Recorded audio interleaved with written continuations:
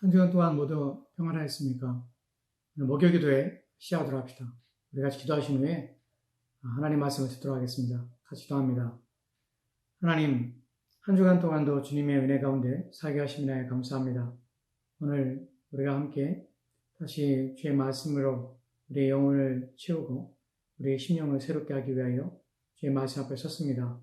로마서를 통하여서 우리 가운데 가르치시고 말씀하시고자 하시는 내용이 무엇인지를 분명히 이해하고 깨달음으로 우리가 믿는 참된 복음 안에 서도록 하나님 도와주옵소서. 우리의 믿음을 더 견고케 하여 주시기를 소망하며 감사드리며 예수님 이름으로 기도합니다. 아멘. 오늘 우리가 살펴볼 내용은 로마서 1장 9절부터 11절 말씀까지의 내용에 대해서 마지막 내용입니다. 계속해서 우리가 로마서 1장 9절부터 11절의 내용들을 좀 많이 살펴봤는데 오늘 그 마지막 내용으로 9절과 11절 내용을 통해서 본문에 담고 있는 내용들을 좀 더 깊이 생각해 보도록 하겠습니다. 먼저 9절부터 11절 말씀까지를 우리 읽도록 하겠습니다. 제가 봉독합니다. 내가 그의 아들의 복음 안에서 내 심령으로 섬기는 하나님이 나의 증인이 되시거니와 항상 내 기도에 쉬지 않고 너희를 말하며 어떻게 하든지 이제 하나님의 뜻 안에서 너희에게로 나아갈 좋은 길 얻기를 구하노라. 내가 너희 보기를 간절히 원하는 것은 어떤 신령한 은사를 너희에게 나누어 주어 너희를 견고하게 하려 함이니라고 합니다. 바울은 본문에서 우리가 살펴볼 첫 번째 내용은 바울이 하나님에 대하여 얘기할 때에 자신은 심령으로 하나님을 섬긴다고 표현하고 있습니다. 여기에서 사용된 섬기다는 단어는요, 예배적 요소와 종교적 요소 두 가지 다 가지고 있습니다. 하나님을 섬길 때에 예배자로서 예배에 참여하며 예배를 드립니다. 또한 두 번째로서 종교적 의미 속에서는 하나님을 높이고 또 영광을 돌리는 행위자의 자세와 태도를 또한 가지고 하나님을 섬긴다는 의미가 바로 섬긴다라는 단어 속에 담겨진 의미입니다. 그런즉 이러한 가르침에서 우리가 알게 되는 것은 하나님을 향한 모든 일들뿐만 아니라 신자가 행하는 모든 일들에는 예배적 요소를 담아내야 하며 하나님을 예배하듯이 해야 한다는 것입니다. 사실은 우리가 로마서에서 단어별로 우리가 이해하며 바울이 사용한 용어들의 의미가 이것이 함축적 의미를 담고 있다는 사실을 이미 앞서 말씀을 드렸습니다. 그렇기 때문에 이런 단어들의 의미들은 바울이 말하고자 하는 것에 대하여 많은 의미를 담고 있기 때문에 자세히 주의하여 살펴보고 또 묵상하고 생각해봐야 필요가 있습니다. 그래서 로마서 전체에 통해서 우리가 확장해서 서신서 전체 속에서의 의미를 담고 있기 때문에 그 모든 것들 연결을 종합적으로 우리는 로마서를 살펴보고 또 생각해봐야 될 필요성이 있습니다. 그래서 바로 섬기다라는 표현 속에 담고 있는 의미에 대해서 우리가 깊이 생각해보고 있는 이유가 바로 그 이유입니다. 이러한 바울의 가르침이 사실 어디에 등장하냐면 같은 로마서 12장 1절 말씀에 이렇게 기록되어 있습니다. 제가 봉독합니다. 그러므로 형제들아 내가 하나님의 모든 자비하심으로 너희를 관하노니 너희 몸을 하나님의 기뻐하시는 거룩한 산 제물로 드리라. 이는 너희가 드릴 영적 예배니라. 로마서 12장부터는 로마서 전체의 구조 속에서 완전히 다른 내용들, 실천적인 내용들을 담고 있다는 사실을 앞서 말씀을 드렸습니다. 이제 어떻게 살 것인가 하는 부분에 대한 가르침입니다. 그 가운데 첫 번째로 주어지는 말씀이 무엇이었냐면 바로 너희 몸을 하나님 기뻐하시는 거룩한 산 제물로 드리라는 것입니다. 이것이 우리가 드릴 영적 예배라는 것입니다. 우리의 몸이라는 것은 우리가 행동하는 모든 행위를 가리키는 것이며 이것을 거룩한 산 제물로 바쳐진 삶을 살라는 것입니다. 이것이 담아내고 있는 것이 바로 영적 예배라는 것입니다. 삶이 예배가 되어야 되며 또한 우리의 행위는 예배자의 행위가 되어야 한다는 것입니다. 그것이 그리스도인의 삶입니다. 그리스도인의 삶은 한 부분에만 치우쳐서 그리스도인적인 삶을 사는 것이 아니라 전 인격이 그리스도 안에 있기 때문에 우리의 전 삶은 그리스도의 영역 안에 있고 또한 그리스도를 닮아내며 또한 그리스도가 원하는 것을 실천해 내야 하는 것입니다. 바울의 가르침이 바로 이런 것입니다. 바울의 이런 가르침을 이미 앞서 로마서 1장 9절에서 하나님을 섬기는 표현 속에서 담아내고 있는 것입니다. 즉 이러한 표현 속에서 로마 교인들에게 가르치고 있는 것입니다. 우리의 모든 섬김은 하나님을 예배하는 자처럼 해야 한다는 것입니다. 다시 로마서 1장 9절 말씀만 우리 읽도록 하겠습니다. 제가 봉독하겠습니다. 내가 그의 아들의 복음 안에서 내 심령으로 섬기는 하나님이 나의 증인이 되시거니와 항상 내 기도에 쉬지 않고 너희를 말하며. 바울은 자신의 모든 행동은 예배자로서 하나님께 하듯 하고 있다고 말씀하고 있습니다. 또한 여기에 더하여서 내 심령으로 섬긴다는 표현을 생각해 봐야 합니다. 섬김은 그의 전 인격이 참여하며 여기에서는 어떤 불일치나 또는 모순이나 숨김이나 감춤이 없는 상태의 순수함으로 행하고 있다고 합니다. 이러한 그의 섬김은 모든 그리스도인들의 섬김의 모범이 되는 것입니다. 바로 심령으로라는 표현이 바로 그런 의미입니다. 그러나 여기서 그의 섬김에 대한 가르침이 그치는 것이 아니라 중요한 한 가지가 더 있는데 바로 그의 아들의 복음 안에서라는 표현입니다. 이것은 바울의 섬김의 내용이 무엇인가 하는 것을 보여주는 것입니다. 모든 섬김에는 전 인격적인 참여가 있어야 하며 하나님 앞에서 예배자로서의 자세도 필요합니다.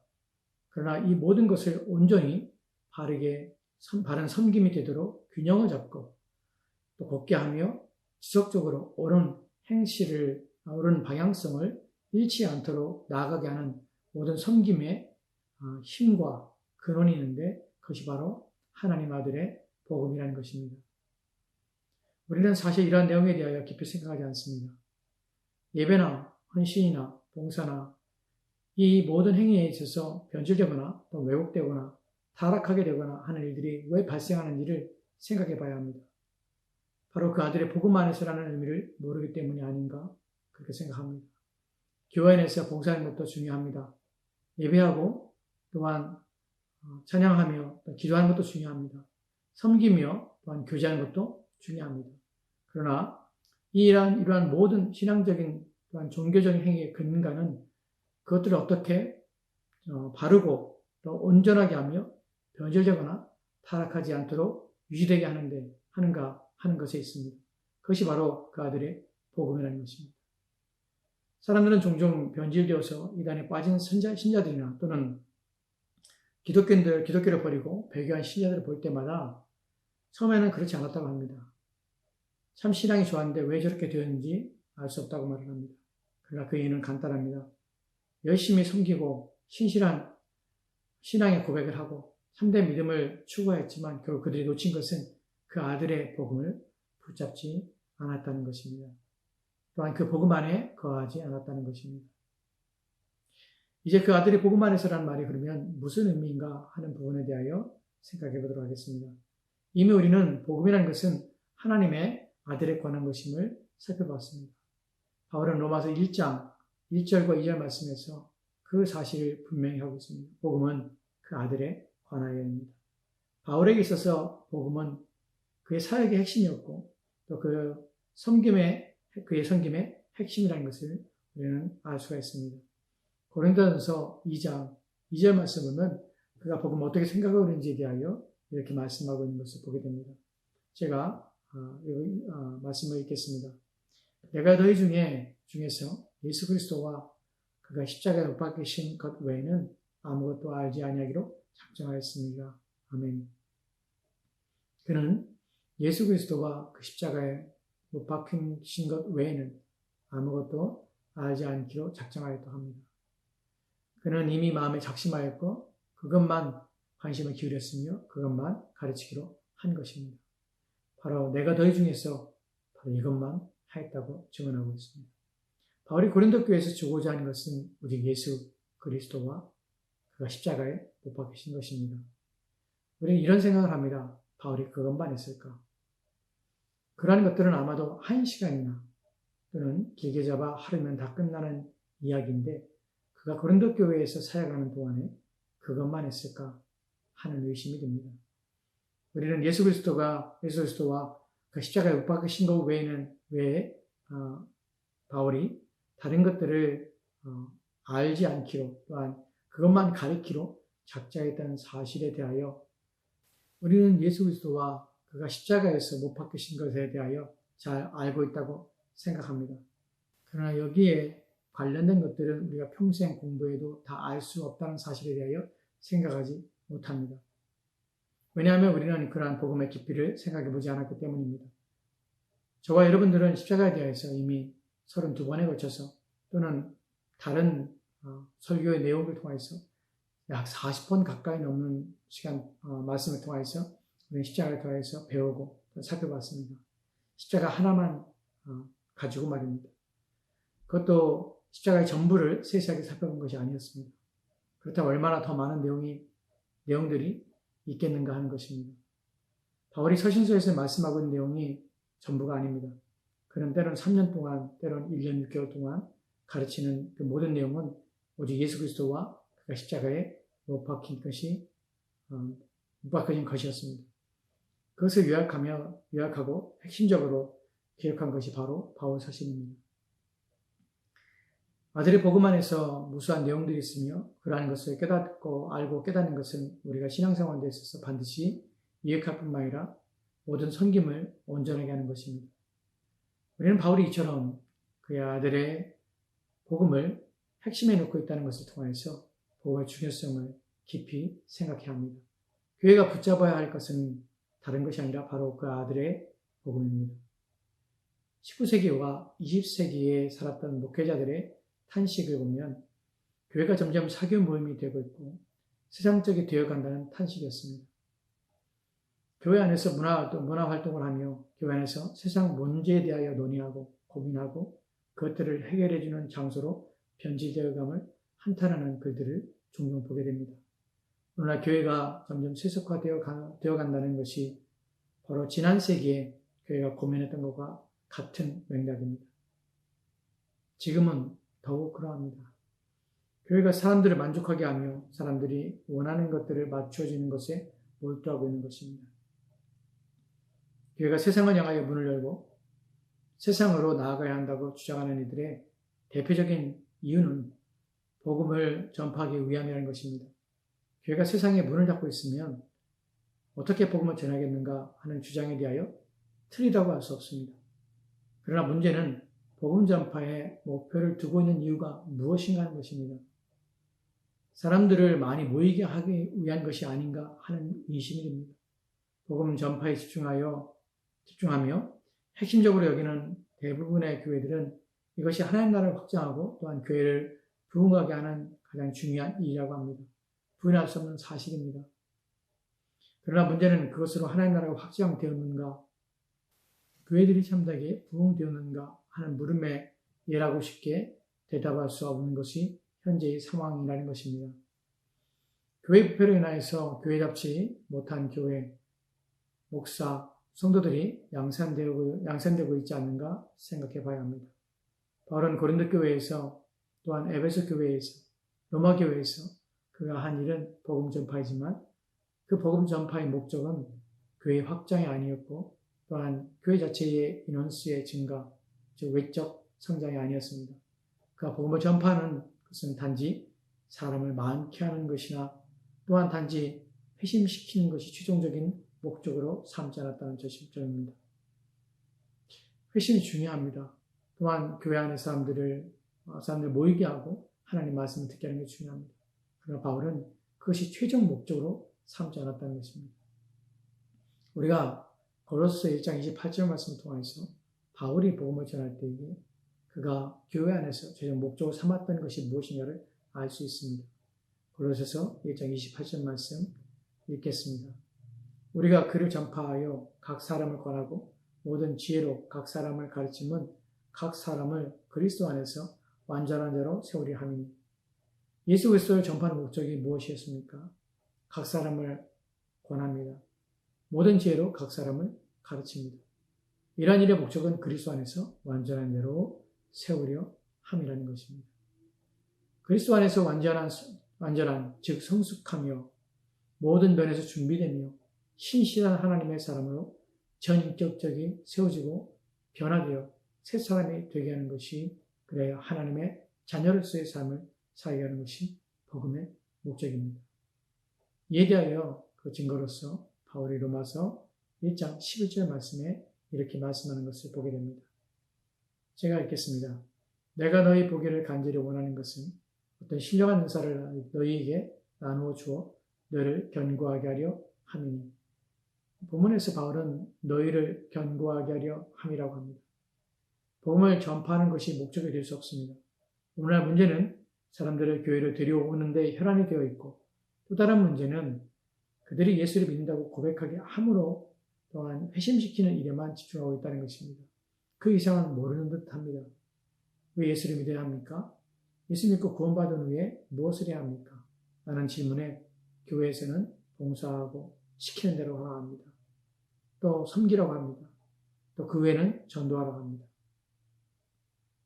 이것이 나쁘다는 말은 아닙니다. 이것이 다 잘못됐다는 말은 아닙니다. 여기에 중요한 것이, 가장 중요한 핵심이 없다는 것이 문제입니다. 교회의 성장, 복음의 핵심은 교인들의 성숙과 성장이며, 또한 영적인 변화와 새롭게 되며 그리스도의 형상을 담게하는 것입니다. 복음의 한편으로 치우쳐 있는 것입니다. 성화되지 못한 것은 얼마나 큰 불행이며 교회의 문제가 되는지를 생각하지 않는 것입니다. 오늘날 교회 안에 많은 분쟁이 있고 다툼이 있습니다. 이런 일들이 전혀 있어서는 안 된다고 말씀드리는 것이 아닙니다. 있을 수 있습니다. 그러나 가장 큰 원인은 성화에 대한 가르침이 없고 성숙에 대한 가르침이 없기 때문에 그렇습니다. 복음은 구원만을 주는 것이 아니라 사람을 온전하게 합니다. 복음 안에서는 사람들을 그리스도 안에서 견고하게 하여 흔들리지 않게 하며 거짓된 가르침이나 비성경적인 것들을 걸러내게 하며 왜곡된 것이나 부패한 행동들을 제어하게 합니다. 그래 변화된 새 사람이 되게 하는 것입니다. 복음의 한 편만을 붙들고 있음으로 인해서 생긴 신앙의 기울어짐이 만들어내는 기이한 현상을 오늘 우리는 여러 주변의 교회를 통해서 보게 되고 있습니다. 어떨 때는 신자인데 다른 때는 아닌 것처럼 보일 뿐만 아니라 교회 안에서 다툼과 싸움과 분열과 분쟁이 있습니다. 남들을 참아내지 못하고 이해하지 못할 뿐만 아니라 자기 이기심을 숨김없이 드러내고 부끄러워하지 않은 일들이 일어나고 있다는 것입니다. 아무도 통제하지 못합니다. 왜냐하면 어린아이의 마음을 가지고 성숙하지 못하였기 때문이었습니다. 바울은 로마 교회 성도들에게 이러한 것을 주고 싶어 하는 것입니다. 그리스도인들에게 필요한 것이 바로 견고한 신앙입니다. 이러한 견고한 신앙은 어디로부터 얻어지는가 하면 신령한 은사로부터 옵니다. 본문에서 신령한 은사라고 바울이 말할 때에 우리는 특별한 은사들이 필요하다고 생각할 수 있습니다. 은사라 함은 성령이 필요에 따라 각 사람에게 나눠주는 것으로 성령이 나눠주는 은사를 통하여 견고하게 되는구나 라고 생각할 수 있습니다. 바울은 성령의 은사를 나눠줄 수 있는 능력이 있는 자이구나 라고도 생각할 수 있습니다. 그러나 절대로 그렇지 않습니다. 바울이 스스로 자만하여 성령께서 하시는 일을 자신이 할 수 있는 일로 치환하여서 신령한 은사를 나눌 수 있는 능력이 자신에게 있다고 말하고자 하는 것이 아닙니다. 누구보다도 바울은 성령이 주시는 은사는 오직 성령 하나님의 기뻐하시는 뜻에 의해서 주어지는 것임을 잘 알고 있습니다. 왜냐하면 바울 자신이 그렇게 가르치고 있기 때문에 그렇습니다. 고린도전서 12장 11절 말씀을 보면 함께 보도록 합시다. 이 모든 일은 같은 한 성령 안에 성령이 행하사 그 뜻대로 각 사람들에게 나누어 주시는 것입니다. 바울은 이 모든 일, 즉 누군가에게 능력, 예언과 영을 분별함과 방언과 통역의 은사를 주시는 것은 한 성령이 행하시는 것으로 그의 뜻대로 각 사람들에게 나누어 주시는 것이라고 합니다. 그렇게 말한 그가 로마에 있는 교인들에게 신령한 은사를 나누어 준다고 할 수 있는가? 스스로 신령한 은사를 주는 자로서 나타나고 있는가 하는 것에 대하여 생각할 때 결코 그렇지 않다는 것을 알게 됩니다. 바울은 다른 의미 속에서 신령한 은사에 대해서 말하고 있는 것입니다. 또한 더 중요한 것은 성령이 주시는 은사가 충만하다고 해서, 즉 은사를 받았다고 해서 견고해지는가 하는 것에 대하여 우리는 생각해 봐야 합니다. 그렇지 않습니다. 성령의 은사와 신앙적인 성숙과 성장은 비례하지 않는다는 사실을 분명히 말씀을 드립니다. 왜냐하면 은사에 있어서 충만한 고린도 교회에 분파가 있었고요, 다툼이 있었고 분열이 있었습니다. 심지어는 음행하는 자들을 내버려 두었고요, 거룩하지 않고 성결하지도 않았습니다. 즉 성령이 주시는 은사로 신자가 믿음이 견고해지거나 든든해지지 않는다는 사실입니다. 그것은 봉사를 하게 하며 교회의 덕을 세우기 위함입니다. 바울이 로마에 있는 성도들에게 주고자 하는 것은 성령을 통하여 주시는 은사가 아니라 그가 로마서 전체에서 말하고자 하는 내용들입니다. 바로 복음입니다. 그는 예수 그리스도에 대하여 그가 십자가에 달려 죽으신 것이 무슨 의미인지 그것을 가르치고자 하는 것입니다. 왜냐하면 이것이 바로 신령한 은사이기 때문입니다. 이것이 신령한 은사인 것은 이러한 참된 지식과 진리로 신자들은 믿음에 굳게 서며 성숙하며 성장하며 성화되며 거룩해져 가기 때문입니다. 바울이 왜 로마서 12장에 이르러서야 이렇게 살라라고 적용에 대해서 그때서야 말한 이유가 여기에 있습니다. 1장부터 바울은 신자들이 어떻게 살아야 할지 라고 말하고 있지 않습니다. 왜냐하면 1장부터 시작해서 11장까지의 내용 속에서 바울이 복음이 무엇인가에 대한 내용들을 가르친 후에야 이제 신자는 그 복음에 의하여 그 가르침 받은 것에 의하여 성숙하며 성장하며 거룩한 삶을 분별할 수 있습니다. 또한 그러한 삶을 살게 되기 때문에 그렇습니다. 오늘날 교회들이 참되며 또한 바르게 되기 위해서 필요한 것은 그렇기 때문에 복음이라고 단언하여 말씀을 드릴 수 있습니다.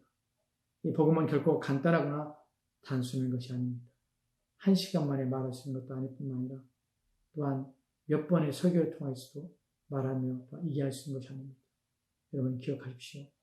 바울이 복음을 전하였으며 그 복음을 전하는데 때로는 3년이나 때로는 1년 6개월 동안 계속해서 그리스도와 또한 그가 십자가에 달린 것을 가르쳤다는 사실, 로마서는 그것에 대한 축약이며 또한 그 모든 것을 정리한 요약본이기 때문에 우리는 그 복음을 전체를 하나씩 내용을 살펴보고 그리스도와 그가 십자가에 못 박혀 달려 죽으신 것이 무엇인지 그에 대하여 이해하기 위하여 깨닫기 위하여 수많은 노력들을 기울여야 한다는 것입니다.